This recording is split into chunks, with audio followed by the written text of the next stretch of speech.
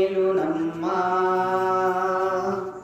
ఈ భూమండలము నేలునమ్మా 700 కోట్ల భూమండలమునందు 700 కోట్ల భూమండలమునందు ఎక్కితా విహరింతురమ్మా ఈ భూమండలము నేలునమ్మా హంసరూపమునుంది హరిరూపమును దాల్చి హంసరూపమునుంది హరిరూపమును దాల్చి ఆకాశ మార్గాన అమ్మా ఆకాశ మార్గాన అమ్మా కలిదోషంబులనచునమ్మా కల్కి రూపం వేణు అమ్మా ఈ భూమండలము నేలునమ్మా ఈ భూమండలము నేలునమ్మా 700 కోట్ల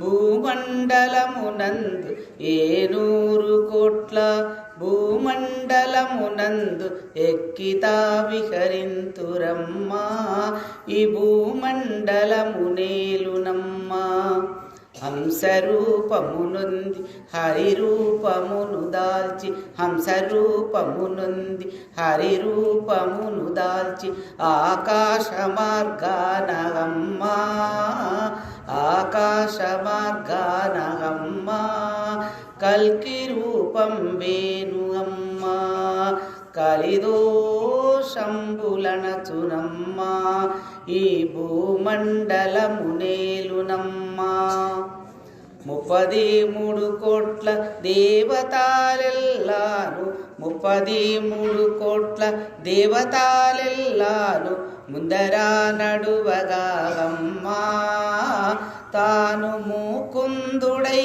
ఒప్పునమ్మా 33 కోట్ల దేవతాలందరూ ముందరా నడువగా అమ్మా తాను ముకుందుడై ఒప్పునమ్మా ఈ భూమండలము నేలునమ్మా త్రిమూర్తులు గూడి రాజోపచారాలు త్రిమూర్తులు కూడి రాజోపచారాలు రాజాదిరాజేను అమ్మా రాజవసంతుడే అమ్మా రాజాదిరాజేను అమ్మా రాజవసంతుడే అమ్మా ఈ భూమండలము నేలునమ్మా ఈ భూమండలము నేలునమ్మా పంచభూతములెల్ల సరధూలైరాగ పంచభూతములెల్ల సరధూలైరాగ పాపాత్ములను దృంచునమ్మా పాపాత్ములను దృంచునమ్మా ఈ భూమండలము నేలునమ్మా ఈ భూమండలము నేలునమ్మా 700 కోట్ల భూమండలమునందు 700 కోట్ల భూమండలమునందు ఎక్కితా విహరింతురమ్మా ఎక్కితా విహరింతురమ్మా ఆరుమతములనెల్ల ఒకటి సేయును ఆరుమతములనెల్ల ఒకటి సేయును ఆహింస గురుమూర్తి అమ్మా సకల మత ధర్మం పుగమ్మా ఆరుమతములనెల్ల ఒకటి సేయును సకల మత ధర్మం పుగమ్మా అహింస గురుమూర్తి అమ్మా ఈ భూమండలము నేలునమ్మా ఈ భూమండలము నేలునమ్మా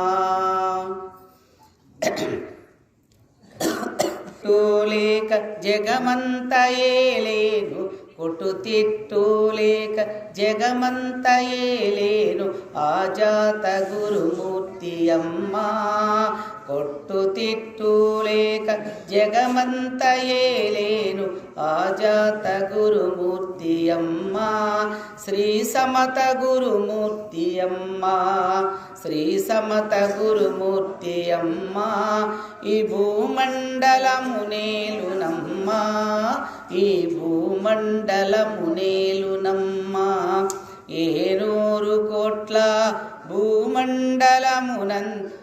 నూరు కోట్ల భూమండలమునందు ఎక్కితా విహరింతురమ్మా ఎక్కితా విహరింతురమ్మా 33 కోట్ల దేవతలెల్లారు 3 కోట్ల మంది ముత్తైదులెల్లను 3 కోట్ల మంది ముత్తైదులెల్లను 3 కోట్ల మంది ముత్తైదులెల్లను మంగళహారతులుగమ్మా మంగళహారతులుగమ్మా 3 కోట్ల మంది ముత్తైదులెల్లను మంగళహారతులుగమ్మా ఈ భూమండలము నేలునమ్మా ఈ భూమండలము నేలునమ్మా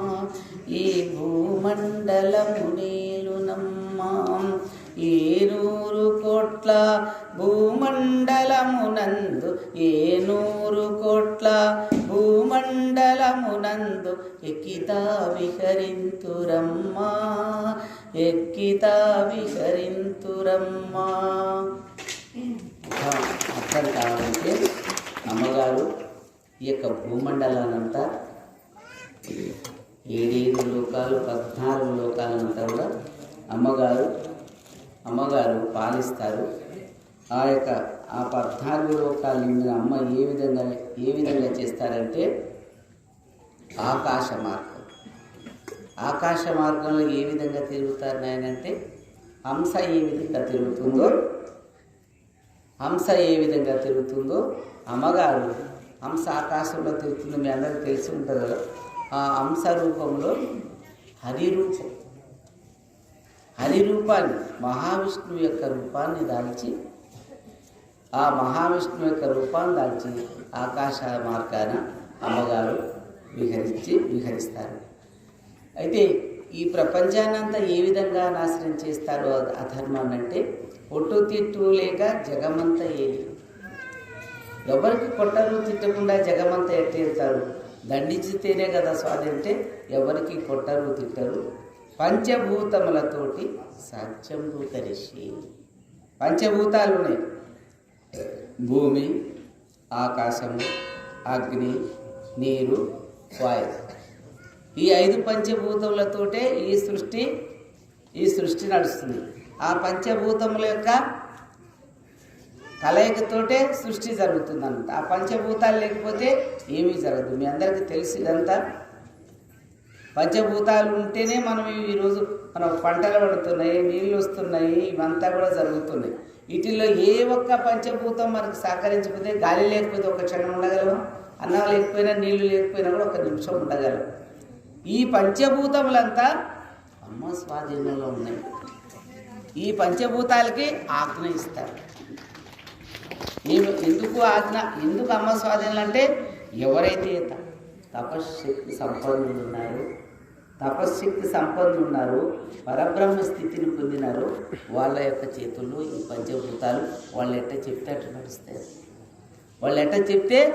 అట్ట నడుస్తాయి అన్నమాట.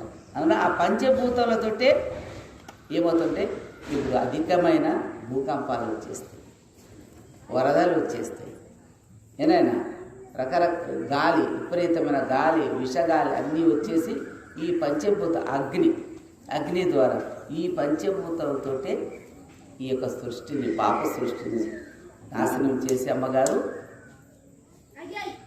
ధర్మాన్ని నిలపటానికి ఎంచుకున్నారు. పంచభూతములెల్లా సరధూలైరాగా పాపాత్ములను దూచుతూ అమ్మ యొక్క ఆ రథాన్ని అధిరోహించున్నారన్న ఆ ధర్మరథాన్ని. వీరధర్మజ అనే పేరు ఈ సృష్టిలో ఎవ్వరికీ లేదు. ఈ సృష్టిలో రామాయణ కాలం నుంచి, త్రేతాయుగం నుంచి, కృతయుగం నుంచి ఎవరికన్నా ఉన్నదా? నాకైతే తెలియదు. మీకు ఎవరికన్నా తెలుసా? ఎవరికన్నా వీరధర్మజ అనే పేరు ఉన్నదా? ప్రపంచంలో ఉన్నదా అంటుంది. ఎవరు? రాముడు ఉంటుంది, కృష్ణుడు ఉంటుంది, ఎల్లయ్య, పుల్లయ్య, సుబ్బయ్య అన్నీ ఉంటాయి. కానీ వీరధర్మజ అనే పేరు లేదు. ఆ వీరధర్మజ అంటే ఏంటి అర్థం అంటే అఖండమైన బ్రహ్మచారి. అఖండమైన బ్రహ్మచారి, ధర్మాన్ని ధైర్యంతో నిలిపేటివాడు వీరధర్మజుడు అని మన యొక్క వేదాలలో రాసి ఉన్నదన్నమాట. అది చూసుకోవచ్చు అనమాట. లేదా అమ్మకొక్కరికే వీరధర్మం. అయితే బ్రహ్మంగారు ఏమంటుండంటే కాలజ్ఞానంలో వీరధర్మజ అనే పేరుతో యానగుంది కర్ణాటక రాజ్యం. యానగుంది కర్ణాటక రాజ్యం దక్షిణ భారతదేశం. దక్షిణ భారతదేశంలో అమ్మగారు వీరధర్మజ అనే పేరుతో ఉద్భవిస్తారు. ఆయన నేను ఒకటే, ఆయన విరాట్ స్వరూపుడు. ఎవరైతే యానాగుందిలో ఉన్నారో ఆయన విరాట్ స్వరూపుడు. విరాట్ అంటే ఆయన నేను ఒకటే, అతడే నేను, తానే నేను, నేనే తాను, తానే నేను. ఆయన నేను ఒకటే, ఆయన వేరు కాదు, నేను వేరు కాదని బ్రహ్మంగారు 5వ తాళపత్ర గ్రంథములో లిఖింపబడి. ఇది ఎవ్వరు కూడా నిజాన్ని తెలుసుకోవాలంటే బ్రహ్మంగారి మఠం వెళ్ళి తాళపత్ర గ్రంథాన్ని వాళ్ళు ప్రింట్ చేస్తున్నారు. అది తీసుకొని చదివితే మీకు ఇంకా అర్థమవుతుంది. నేను తప్పు చెప్తున్నానా, తప్పు చెప్తే మీరు అడగవచ్చు. ఎవరినో తప్పు చేయటానికి కాదు, ఎవరినో ఒప్పించాలని కాదు, ఎవరికి మోసం చేయాలని కాదు. కానీ కాలం ఇట్లా జరిగిపోతుంది. ఆయన మనమంతా కూడా జాగ్రత్తగా ఉండాలని భగవంతుడు మనకు ఒక సూచన ఇచ్చాడు. కాబట్టి ఆ సూచనని మనము ఉపయోగించేసుకోవాలా అని చెప్పడం అట. ఆ విధంగా అప్పుడు కర్ణాటక రాజ్యం అనేది 1956లో వచ్చింది అనుకుంటాను. 56లోనే వచ్చి ఉండొచ్చు. అప్పుడు మన హైదరాబాదు ఇదంతా కలిసి ఉండింది కదా. కలిసినప్పుడు విడిపోయినప్పుడు 56లో కర్ణాటక రాజ్యం ఇక్కడ పెట్టారు. అదేమో ఆంధ్ర రాష్ట్రం అని అట్లా ఏర్పడింది. కర్ణాటక రాజ్యం అని స్వామి 350 సంవత్సరాల క్రితం ఏ విధంగా రాయగలిగినాడు చెప్పండి. ఇంతకన్నా సత్యం ఇంకేం కావాలి ప్రజలకి. అంటే ఇంకా మనమంతా వెర్రిలో ఉన్నాం. మీ వెర్రికి ఏమన్నా వచ్చింది అంటున్నాడు భగవంతుడు. వెర్రి పెట్టింది మనందరికీ. ఏదో చెప్తున్నాడులే శివస్వామి, ఏదో చెప్తున్నాడులే. మీ వెర్రికి ఏమనవచ్చును, దేవమాయాశక్తి వివరాలు తెలియదు, దివిజుల ప్రభావం తెలుసుకోలేదు. మీకంతా భగవంతుని యొక్క లీలలు తెలియదు, దేవతల యొక్క లీలలు తెలియదు. అది జరుగుతుంది, టైం వస్తుంది, జరుగుతుంది, అప్పుడు మీకు అని భగవంతుడు చెప్తాడన్నట్టు. అట మనం ఇంకనైనా సమయం వస్తుంది కాబట్టి మనం ఇప్పుడు తెలుసుకోవాలి. ఇంకా అమ్మగారు అన్ని మతాలకి, ఏ మతానికి షణ్మతాలు, 6 మతాలకి వ్యతిరేకం కాదమ్మా. 6 మతాలు పెద్దవి ఉన్నాయి కదా. ఏ మతానికి ఇప్పుడు ఆ విషయానికి కూడా అందులో కూడా దేవుడు ఉన్నాడు కదా. దర్గాలో కూడా దేవుడు ఉన్నాడు, కానీ చేసేది పాపం వృత్తి, జంతు బలి, అందువల్ల దాన్ని పని చేయించారు. ఏదండి మీరు ఎక్కడైనా మొక్కండి అంటారమ్మా, కానీ హింస చేయవద్దంట. మీరు అందరూ ఇన్ని ఉండవచ్చు.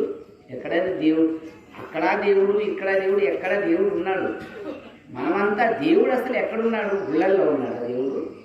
గుళ్ళో ఉంటే దేవుడు కాడు, ఆయన సర్వాంతర్యామే నిండి ఉన్నాడు కదా. దేవుడు గుళ్ళో ఉంటే దేవుడు ఎట్లా అవుతాడన్నారు. అది మనం తెలుసుకోవాలి. మరి వెంకట్రావుడు తిరుపతిలో ఉన్నాడా, మల్లికార్జునుడు శ్రీశైలం ఉన్నాడా? సర్వాంతర్యామే ఉన్నాడు. మనం చెట్టు కింద కూర్చొని కూడా మల్లికార్జునుడు ప్రార్థిస్తే మల్లికార్జునుడు మనకు దర్శనం ఇస్తాడు. అది మీరు, అది వెంకట్రాముడు దర్శనం ఇస్తాడు, ఆయన ఇస్తాడంటే మన మనసుని వాళ్ళ మీద నిలపాలి అంటారమ్మ. అందుకే మనసు నిలపాలైనా తనలో దేవుడు దండిగై ఉండగా తెలియదు మానవ పశువులకు, చదువు శాస్త్రము ఏల చిత్తము నిలిపితే నిజ పదవి దొరుకును. నీ మనసు నిలుపు, ఆ భగవంతుడు దర్శనం అవుతుంది నాయన అని అమ్మగారు చిన్న చిన్న మాటల్లో మనకు చెప్తూ ఉంటాడు నాయన. ఎందుకంటే దేవుడు అనేటివాడు సర్వాంతర్యామి ఉన్నాడు, గుళ్ళల్లోనే లేడు అని తెలుసుకోవాలా. నీ గుండెలో ఉన్న భగవంతుడు కృష్ణ భగవానుడు కూడా తమ యొక్క దాంట్లో చెప్తాడు, దేహో దేవాలయ జీవో ప్రోక్తో సనాతన. ఏమప్ప పండితులకు తెలుసు దాని అర్థం అదంతా అని. కృష్ణ భగవానుడు కూడా మనల్ని ఎంతో ఆరాధన చేస్తాడు, ఆయన కూడా అదే చెప్తాడు. కానీ మనం ఏం చేసుకుంటాం, గుడికి పోవాలా, అక్కడ పోవాలా, ఇక్కడ పోవాలా. అక్కడ ఏదో ఒక శిల్పి ఒక శిల్పాన్ని చెక్కి పెడతాడు. అది రాత అయ్యేది కూడా ఒక పుణ్యం ఆయన. అది ఏదో పూర్వజన్మ పుణ్యం ఉండి పూజింపబడుతుందని ఆయన అంటారు అమ్మోళ్ళు. అక్కడికి ఈ పాపాత్మ ఏమవుతుందంట, రౌతై పడిపోతుందంట. అందులో పుణ్యం ఉంటే గుళ్ళో శిల్పం అవుతుందంట, లేదా గుడికి రాళ్ళు అవుతుందంట, అట్లా అవుతుందంట. పుణ్యం ఉన్న రాయికి కూడా పుణ్యం ఉంటుంది కదా. ఆత్మనే పాపం వల్ల కింద పడిపోయి రౌతైపోయి కొండలు గుట్టలు కూడా ఒకప్పుడు ఆత్మస్వరూపాలే నాయన అని చెప్పి అంటారు. ఇది ఉదాహరణ అంటే ఇప్పుడు పుణ్యాత్ముడై భద్రుడు నేను కొండగా మారుతా, నా పైన నువ్వు నిలువ అంటాడు కదా నాయన. ఉదాహరణ అంటే కొండలు ఎట్టయినాయి అంటే అటు కొండయి భద్రాచలం అయింది, అందులో ఆ భగవంతుడు ఇచ్చారట. కావున మనమంతా కూడా సదా జపము తపము ధ్యానం చేసుకుంటూ పాప మార్గాన్ని పోకుండా సత్య మార్గాన్ని అనుసరించుకొని జన్మని తరింపజేసుకొని మనము మన కుటుంబాలు సూర్యచంద్రాదులు ఉన్నంత వరకు ఉంటారంట అమ్మ యొక్క భక్తులు కుటుంబాలు నిర్వంశమయ్యేవి కావు. అవి సూర్యచంద్రాదులు ఉన్నంత వరకు ఇంతైన భగవంతుడు ఆశీర్వాదం పెట్టుకున్నాడు. అమ్మ మార్గాలలో అడవి కాని దండు అర్థంబు కొరకై యానగుండి చేరవచ్చేవాడు. యుద్ధం వచ్చేసిందంట. అయిన తర్వాత ఏడి నారాయణుండి ఏడి రక్షకుండు అప్పుడు అంటారంట. యుద్ధం వచ్చి అయిపోయిన తర్వాత ఎవరు రక్షించేటోళ్ళు లేకపోతే ఎవరు మనల్ని కాపాడేటవాడు. ఏడి నారాయణుండు ఏడి రక్షకుడు. ఆ నారాయణుడు ఏడి అని అప్పుడు అంటారంట. యుద్ధం వచ్చిన తర్వాత అప్పుడు ఏడి నారాయణుండి ఏడి రక్షకుండు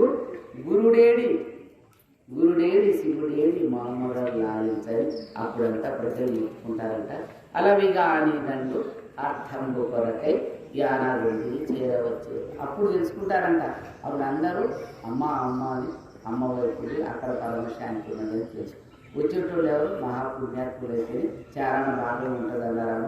పుణ్యాత్ములు అందరూ కూడా పుణ్యాత్ములని మీరందరూ కూడా అమ్మ యొక్క కృపతోటి దేవతలంతా కూడా ఇప్పుడు జన్మ తీసుకొచ్చారు. అందుకే 33 కోట్ల దేవతలంతా కూడా ఇప్పుడు మానవ రూపంలో ఉన్నారు. ఋషులు, దేవతలు, బ్రహ్మ, విష్ణు, మహేశ్వరు. ఆ గురువే జన్మకు వచ్చినాడు. అమ్మ అంటే మామూలుగా అక్కడ దత్తాత్రేయుడు. మా పంచప్పన్న ఉన్నాడు, అక్కడ కళ్యాణ మండపం పెట్టాడు, అక్కడ కింద వసనుడు. నువ్వు దత్తాత్రేయ భక్తుడు కదా, నువ్వు ఎందుకు ఇక్కడ కళ్యాణ మండపం కట్టావు నేను అడిగాను. ఆయన అడిగితే అన్నాడు, అమ్మనే దత్తాత్రేయ రూపం శివయ్య, అమ్మ దత్తాత్రేయ రూపంగా నాకు దర్శనం ఇచ్చినారు అన్నాడు. కొద్ది గురుమిట్టాలో ఉన్నాడు, ఇంకా గురుమిట్టాలో ఉన్నాడు ఆయన. ఇంకా మీరు అడగండి, వెర్రితల లేరాదు. భక్తులు కూడా వెర్రి ఆలోచనలు చేస్తున్నారు. అందుకే మీ వెర్రికి ఏమనవచ్చు. తపస్సికుల్లోనే భగవంతుడు ఉంటాడు, తపస్సికుల్లోనే మహిమ ఉంటుందని మనం తెలుసుకోవాలి. ఏదైనా రాముడు కూడా తపస్సు చేసి లేడు, ఆయన ధర్మంగా నడిచాడు. ఆయన ధర్మంగా నడిచినాడు. అందుకే వశిష్ఠుని గురువుగా చేసుకున్నాడు. ఆయన చేసుకుని వశిష్ఠుని ద్వారా ఎంత తపస్సు అనేది అమ్మ లెక్క తపస్సు చేయడం అందరికీ అధికమయ్యేది కాదు కదా. అది పూర్వజన్మ స్వరూపం ఆయన కాబట్టి అప్పుడు దత్తాత్రేయులు అమ్మని ఎందరో అన్నారు.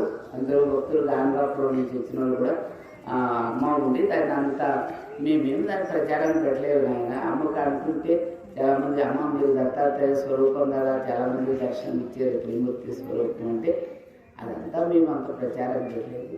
అన్నీ నిర్లక్ష్యం అంటే తన యొక్క మహిమ. ఇట్లే ఇంకా టైం లేదు చెప్పాలంటే ఇది వాకిలి లెక్క అమ్మ వల్కిస్తుంటారు.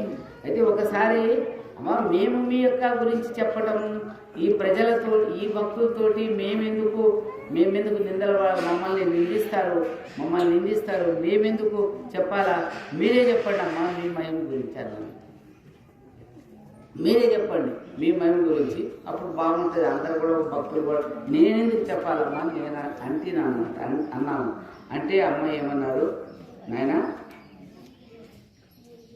ఎవరు గొప్పవాళ్ళు చెప్పుకుంటారా, ఎవరు గొప్పవాళ్ళు చెప్పుకుంటే అది సరైనది కాదు. గురువు యొక్క గొప్పతనము భక్తులు వెల్లడించుకోవాలి. వెల్లడించుకుంటే వాళ్ళ ఇష్టం, వెల్లడించుకోకపోతే వాళ్ళ ఇష్టం. వెల్లడించుకున్నా వాళ్ళ ఇష్టమే, వెల్లడించుకోకపోయినా వాళ్ళ ఇష్టమే. అమ్మాయిని పట్టించుకోరు. అందుకే నిరాకరణ చేసిన గురుడే గురుడు అంటున్నాడు. బ్రహ్మగారు ఏమంటాడు, నిరాకరణ చేస్తాడు ఆయన. తన మహిమలంతా కూడా అంటాడు. అదేంద్ర అంటారు, అక్కడ ఏందులో అంటారు. అందరికీ తెలుసు, వీళ్ళందరూ కూడా అమ్మకి సమీపంగా మాట్లాడే ఉన్నారు. నిరాదరణ చేసిన గుడే గుడు, ఆయన నిరాదరణ చేస్తాడు తను. అమ్మ చెప్పలేదు అని కొందరు అజ్ఞానం అంటారు, అజ్ఞానంతో అంటారు. కానీ భగవంతుడు ఏదైనా సరే, ఎవరైనా సరే, ఒక తండ్రి యొక్క గొప్పతనం చెప్పాలంటే కొడుకులన్నా చెప్పాలని తండ్రి చెప్పుకుంటాడు. లేకపోతే గురువు యొక్క గొప్పతనం శిష్యులు చెప్పాలి, కానీ గురువు చెప్పుకుంటాడా? దానివల్ల అసంత ఉండదు, దానివల్ల ఆనందం ఉండదు. అవునా? అమ్మ అప్పుడు ఏమన్నారు, నాయన నీ ఇష్టం చెప్పే ధర్మం ఉన్నది నేను చెప్పు, కానీ మేము మాత్రం ఏమి చెప్పమంటే అదే భగవంతుడు బ్రహ్మంగారు కూడా అంటే నిరాదరణ చేస్తాడు. కానీ మనము భక్తులు ఎవరైతే ఆదరణ చేస్తారో అమ్మగారి వదిలి వాళ్ళకి ముక్తి కలుగుతుంది అంటున్నాడు. ఎవరు ముక్తి కలుగుతుంది? మనం ఆదరణ చేసాం. ఏంది లేని నిర్లక్ష్యం చేయరాదు, కాలజ్ఞానాన్ని దూషించరాదు. కాలజ్ఞానం దూషిస్తే రౌరవ నరకమని రాస్తున్నాడు భగవంతుడు. కాలజ్ఞానాన్ని దూషించవద్దు, కాలజ్ఞానం చెప్పేటోళ్ళను కూడా దూషించవద్దు. కాలజ్ఞానం చెప్పేటోళ్ళను దూషిస్తే మమ్మల్ని ముఖాముఖి దూషించినట్లే, మమ్మల్ని దూషించినందుకు మేము ఒప్పుకుంటాం. కానీ కాలజ్ఞానం చెప్పేటోళ్ళను దూషిస్తే మేము సహించమంటున్నాడు. మనం తెలుసుకోవాలి, అజ్ఞానం పోరాదు, జ్ఞానంలోకి రావాలి, జన్మ చరితార్థం చేసుకోవాలి. కానీ లేని దోషాలు ఉంటాయి. మళ్ళీ మనం అపఖ్యాతి అపఖ్యాతి పాలు కాదు. ఎందుకంటే భగవంతుడు లీల అక్కడ ఉన్నది, ఆ కాలజ్ఞానం మహిమట్టున్నది, మనమంతా అదృష్టం ఉంటుంది. మీరందరూ ఆ జాగా ఈ జాగా అనుకోవద్దు. అక్కడ పోవాలా ఇక్కడ పోవాలా, నాకు కష్టాలు వచ్చినాయి, కష్టాలు ఎన్నో వస్తాయి కదా. భక్తులు సీతాపూర్ భక్తులు ఉన్నారు, ఎన్నో కష్టాలు వస్తాయని గట్టిగా పట్టుకోండి మీరని చెప్తారు. గట్టిగా పట్టుకోండి, రక్షిస్తారు భగవంతుడు, తప్పకుండా రక్షిస్తారు. అదంతా ఇప్పుడు ఇక్కడి నుంచి ఎంతో 700-600 కిలోమీటర్ల నుంచి వచ్చారు. అక్కడ ఆశ్రమం చేసుకున్నారు సేవకులను. వాళ్ళంతా భూదాతలు అందరూ అక్కడ అంతా వచ్చారు. వాళ్ళు అక్కడి నుంచి వచ్చారు. మీరు ఇక్కడ దగ్గర పక్క పల్లెలు యానపతి, గురుపల్లి, కానగడ, ఇది పాపాల గ్రామాలా? ఇది పుణ్యం లేక అంత పాపమా? అంత పాప విచారమా? చెప్పండి. వాళ్ళంతా 600 కిలోమీటర్లు ఉన్నది. అది 6 గంటల ఇంకా ఎక్కువ ఉందేమో, 6-8 గంటల జర్నీ ఉన్నది. మనం దూరం వాళ్ళు వస్తారు, మనం ఎందుకు దగ్గర ఎందుకు కామని ఎందుకు ఎప్పుడు అనుకుంటారో అర్థం కాదు. కానీ వాళ్ళకి భగవంతుడు, కానీ మనకెందుకు? మనమంతా కూడా అదృష్టవంతుడు. మీరందరూ కూడా అందరూ ప్రేమతో ఉండాలైనా, అందరూ ప్రేమతో నడవాలి. అమ్మకు అదే సంతోషమని అమ్మగారు అందరికీ ఆదేశం ఇచ్చున్నారు. భక్తులకంతా మనం అందరూ కూడా ప్రేమతోటి, భక్తితోటి, ఒక్కొక్క భక్తుల్ని ద్వేషించుకోకుండా అందరూ సంతోషంగా, అందరు అన్నతమ్ముళ్ళు లెక్క ఒకరికొకరు సహకారంగా ఉంటూ, అందరూ కూడా అమ్మ భక్తిలో ఉంటూ, నిరంతరం అమ్మని ధ్యానం చేసుకుంటూ మీ యొక్క జన్మలంతా తరింప చేసుకోవాలని నా యొక్క ఓం సద్గురు మహాయోగి రూపరహిత హింసా యోగీశ్వర వీరధన్మజ మాతా కీ జై. ఇప్పుడు మహామంగళార్తనైనా అయిన తర్వాత అందరికి ప్రసాదాలు ఇస్తారు. ప్రసాదం తీసుకొని